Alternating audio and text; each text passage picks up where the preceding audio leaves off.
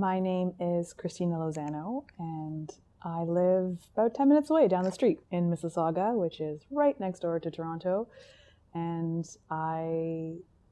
my official title at the Modern Mystery School is Vice President of Modern Mystery School Canada. While that's my title, that's the label, that's the role, it encompasses so much, because I am not only, a vice president that sits behind the desk by any stretch. I'm very much involved on a lot of levels here at Modern Mystery School International Headquarters. I'm a part of the international administration team. We're a small team, we're a tight-knit team, but how I got, my title, where I am in this moment, is that I was actually Ipsissimus Dave's and Davina Franca's first employee. How did I get here? 2003, I was living my life. I was in my early 20s, and I had checked out this martial arts club. And I was like, that's a cool club. And thought about joining it. And a few months later, I was driving down the street, and I just got this inspiration, this intuition out of nowhere.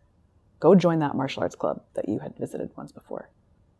So I was just driving down the street. It was 10 a.m. on a Thursday. I can remember it. And I just turned down the street and signed up for this martial arts club I had heard of. And I walked in the door, and it's 10 a.m., so it's not really open yet. It's not, classes aren't on a schedule at that time of day. And I walk in, and there is a man, Dave Lanyon. And I walk in and I say, I want to sign up. And he's kind of like, oh, okay. Do you want to see a tour? Do you want to know more? I'm like, nope. Do you want to know how much it costs? Nope. Sign me up. Sign me up. Sign me up for the package. I'm down. Let's do this. And it was just an intuitive pull to sign up. So I did. And I remember that moment. You know how there's moments in your life that you just remember? That was one of them. I was sitting there signing the contract to join the gym, monthly payments and all that jazz. And I remember him kind of like looking at me sideways out of the corner of my eye. And I was like, this guy is seeing right through me. I could feel him like kind of just, seeing through me, not in a creepy way, not in a weird way. Like I felt like a connection, even though I had just met this guy, right? So I start going to this martial arts club, start to get to know him. He's an owner, he's an instructor, he's a great martial artist. And over time start to realize that he also has another business. He has a spiritual business where he was doing like hypnotherapy, Reiki, other kinds of mental health support, and just like a light center, but an independent operation of his own. And so we started talking, and at the time I had a magazine. I ran my own magazine, like a city magazine, like culture, arts, entertainment. And he's like, hey, is that your magazine that is that yours? And like, yeah, that's mine. He's like, your magazine has really great energy. And that was like one of the first times in my life that another person other than myself used that word, like used that as a qualifier for something, like, oh, you have, this has great energy. I was like, oh my gosh, somebody else is speaking my language. Somebody else thinks like me. Someone else talks like me. It's like, oh, well, thank you. He's like, I'd like for my other business to advertise in your magazine. And I was like, oh, great. So we started a little, business relationship. His light center advertised in my magazine. And as we started to get to know each other a little more, I started to learn more about what he did and how he helped people at that time. And I was like, I'm interested, because I needed that help. I was young. I had anxiety, dealt with some depression issues growing up in my teens, was very low self-esteem, a lot of wounded inner child stuff going on. So I started to go to his clinic and started to go to his office there. And he had at one point, because it was just around this time that he was starting to get involved with the mystery school. So he had hosted the 7 ancient mystery schools presentation at his center. And I remember seeing the flyer because, yes, I'm, that old, and we had paper flyers, right, with 7 ancient mystery schools. And I remember seeing those words, 7 ancient mystery schools, and I had never seen them like together in that way before, but they just completely resonated with me. I felt like my heart and soul, like, was like, this is something. It just spoke to me. So I was in right away. I went to the 7 Ancient Mystery Schools presentation, which many, people are still teaching today, right? And I loved it. I was in. I was like, what do I do next? It's kind of interesting because I started taking classes. I, of course, did life activation. I did the Empower Thyself initiation. I loved it. I started seeing results, started feeling more like myself. Around that time, there were so few initiates in Canada. And when, Dave and Franca Lanyon, they started their training and they became guides and they started doing the work. Of course, they took off like rockets. They were training with Goodney Goodnison in Utah at that time. And they came back from that training and started to bring more of the mystery school teachings to Canada, Toronto. And so the tight-knit initiate community at the time sort of rallied to be like, yeah, let's do this because, Dave and Franca, they had the drive, they had the ability, they were passionate, and they were able to make this happen. So I was involved. I was always helping out. I wanted to be there. And I was just volunteering and just enjoying taking the classes. And one day at the martial arts club that we went to, I went to Miss Dave and I said, I have an idea. And I have an idea to start a newsletter or a magazine for the mystery school. And he's like, yes, you have to do that. That's your job. I'm like, okay. So I started to do that. This was years ago now. This was back in like 2005 or 2006. And I created a kind of newsletter magazine for initiates for that time. And in doing that, I started to get close with Dave and Franca and, volunteering and helping out. It kind of evolved into, it's like, oh, well, I'm useful. I could be useful to this operation. And that evolved into a job. And I became Dave and Franca's first employee here at headquarters. And for a really long time, it was just the 3 of us. Dave and Franca had they opened the center, and I was with them. I was like their right-hand person. I was the only staff for a really long time.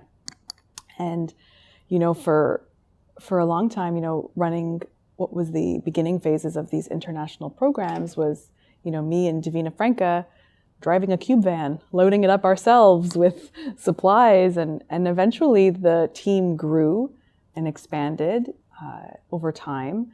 And as the team grew and expanded, that allowed for us to grow and expand. It allowed for more training to take place here in Toronto. I was able to travel myself for training. I got to go to Japan and train with, Founder Goodney and Ipsis Misadeto. The more involved I became, the more opportunities there presented themselves. I feel very blessed that I got to be so closely involved because I took every single class for years. I got to do everything. I've known Dave Lanyon since 2003, so that's 18 years. It's been pretty cool to be able to have this journey almost together in many ways. Obviously, his trajectory different than mine and his role and position different than mine. And I look up to him. He's a big brother. He's a little older than I am, and I've always looked up to him. I've always seen him as a wise person. I've always seen him as a smart person, highly intelligent. And he's always been the kind of guy to give great advice and also no bullshit. He'll hold you to a higher standard than you'll hold yourself to. And that's always been the way. Thinking back to him in the martial arts club and him being a martial arts instructor. And like any good trainer, any good coach, he could spot out the talent and could draw out the ability within really anybody. Everybody has it within them, and you have to use your own gifts and your own skills to, to develop that. And he was always somebody who was encouraging people. So that's never changed. He was always somebody who was seeing opportunities in places where other people wouldn't. He is always somebody who could see the greatness in others before they could see it in themselves. And he was always someone to shoot for the sky, like the sky is the limit, and make it happen. He'd be able to make things happen. And, he really inspired me to make things happen. Like I said, I was his and Franca's first employee here at the Canadian headquarters before it became the international headquarters. And I can remember many times running events, running our programs, and he would have a request. He would say, this is what I want to do. This is what I want to accomplish. And in my limited mindset at the time, thinking that's impossible. There's no way that can happen. I don't know how I could possibly do that. And somehow it did.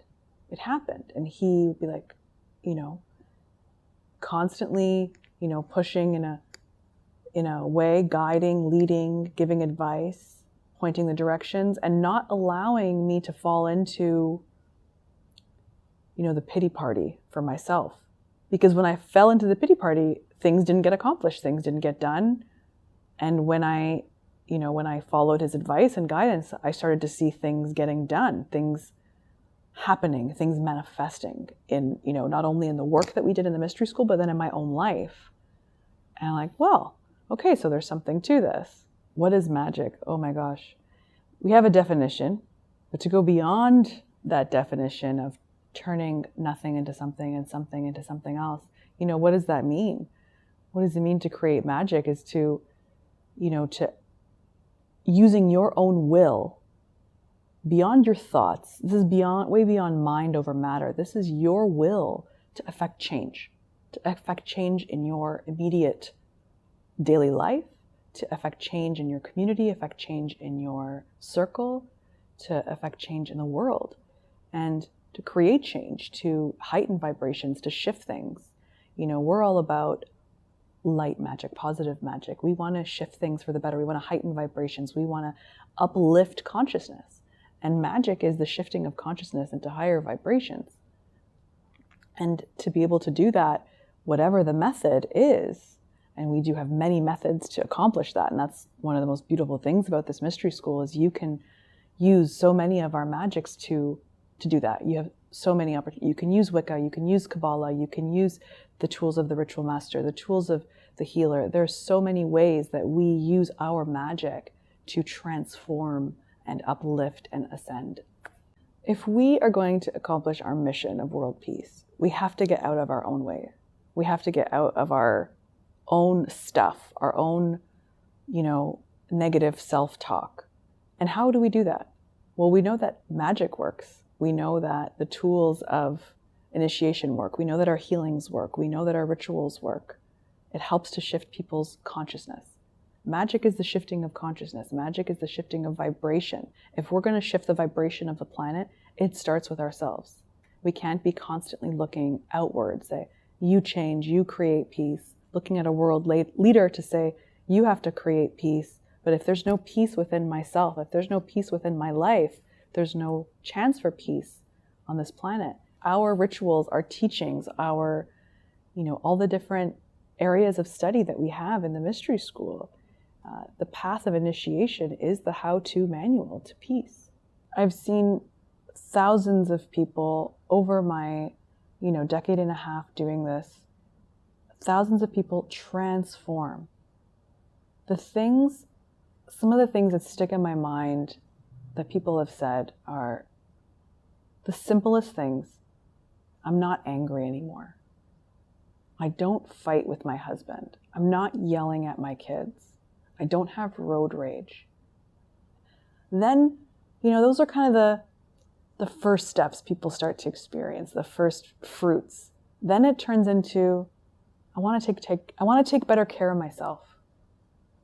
I want to know more about what I'm here to do on the planet. I feel like I have a calling. These are the things that people start saying. There's something more I want to do.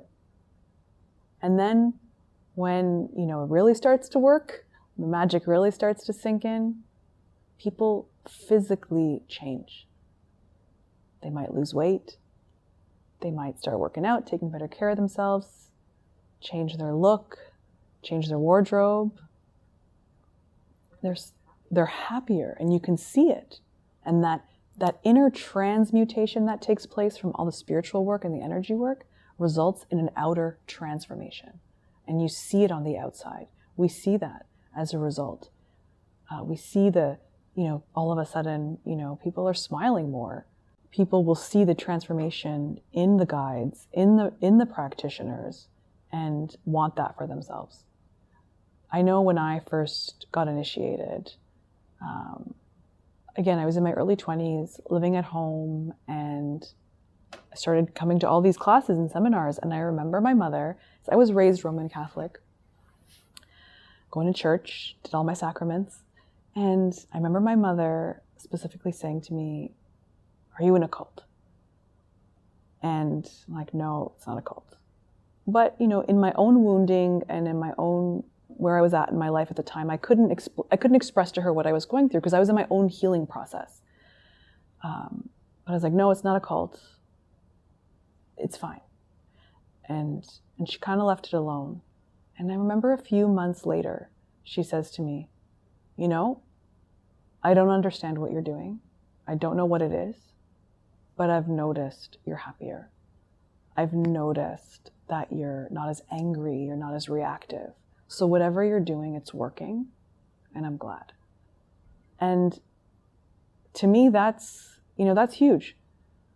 Someone who, my mom, who just wasn't interested in learning more at the moment, which is fine.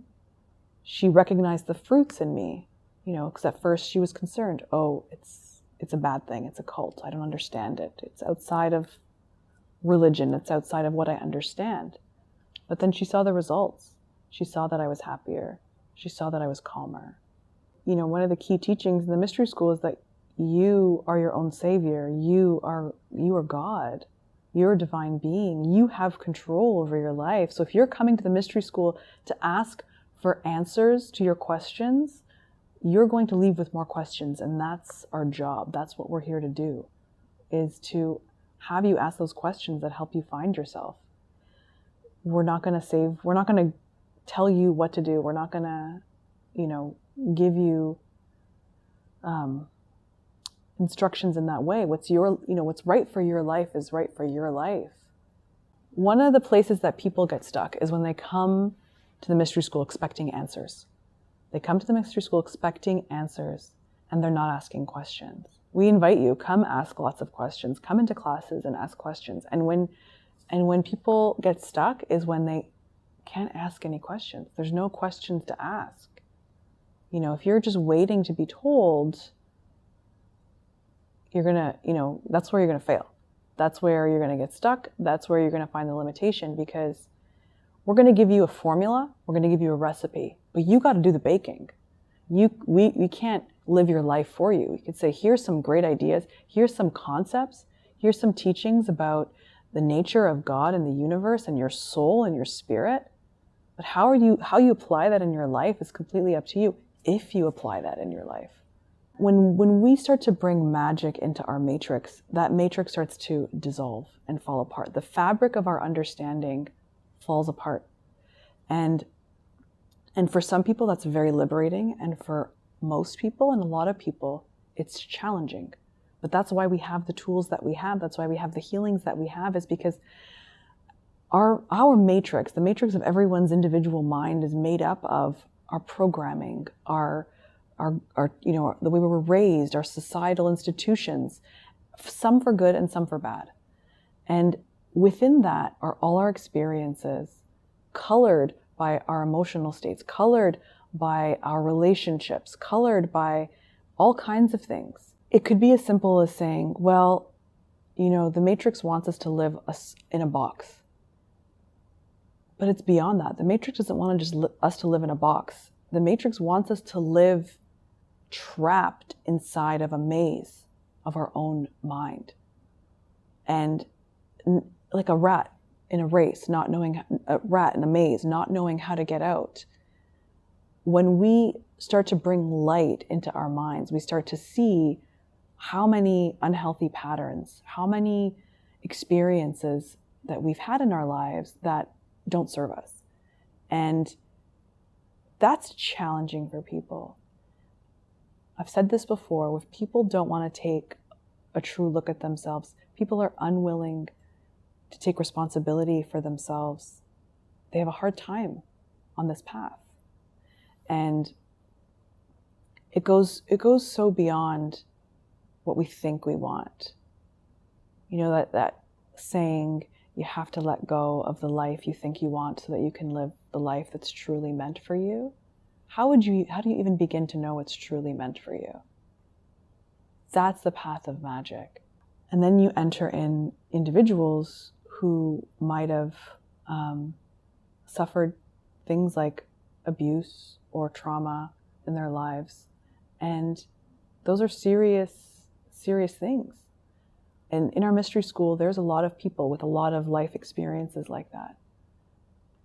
And if they come to this place of accepting that they're not victims, that they are not victims anymore, that they actually have control of their life from this moment forward, that matrix can unravel and release. But as long as someone stays attached to their victimhood, stays attached to what has happened to them in the past, then that'll continue to taint their experience of anything they do, mystery school or not.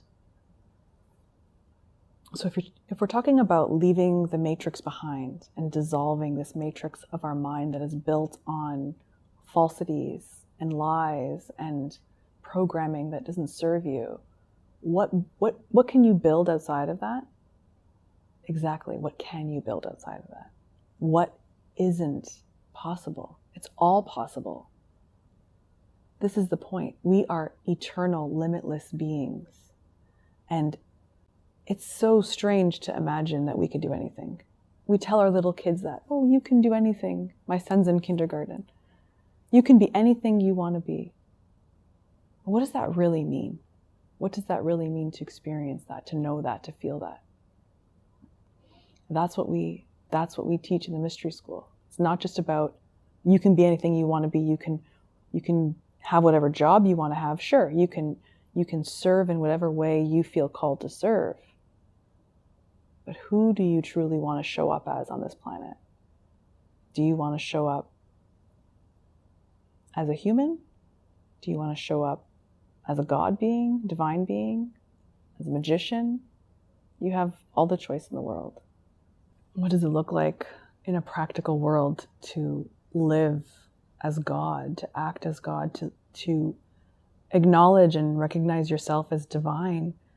I think it means, for one, to take responsibility for yourself and your actions and your choices and your thoughts and your words. But honestly, we live in a world where we're almost coached to abdicate our responsibility, that our feelings are the responsibility of what someone else does to us. But that's the opposite of what we teach in this mystery school, that only we are responsible for how we feel. Only we are responsible for our emotions. Why are we such an easy target for attacks about being called? Well, I think it's a lot of misunderstanding. I think that it's really easy to put things in boxes. And we don't quite fit into the religion box, and we don't quite fit into the New Age spirituality box. We're very different. We've been called a cult by former members who can't face the reality of the choices they've made, and they regret maybe having spent the time, energy, and money with us. So they use the excuse, or they use the reason, I've been brainwashed, so that they don't have to actually take responsibility for, hey, I made that choice and I was involved. The more we talk about people calling us a cult and saying they've been brainwashed, the more ludicrous it sounds.